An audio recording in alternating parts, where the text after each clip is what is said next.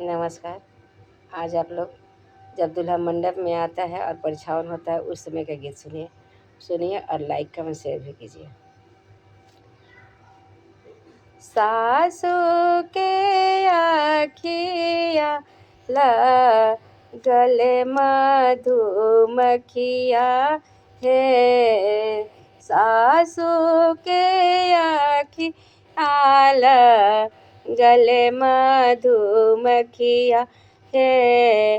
कैसे मैं परिछुदा मदयल बेलवा हे। कैसे मैं परिछुदा मदयल बेलवा हे।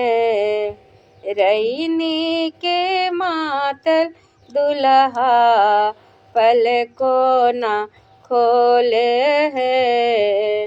रैनी के मातल दुल्हा पलको ना खोले हो।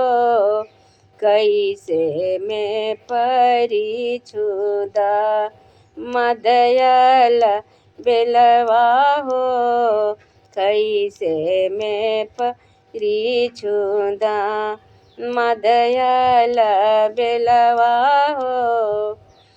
चलनी के चाल दुल्हा चलनी के चाल दुल्हा सुप के झटका रल हो।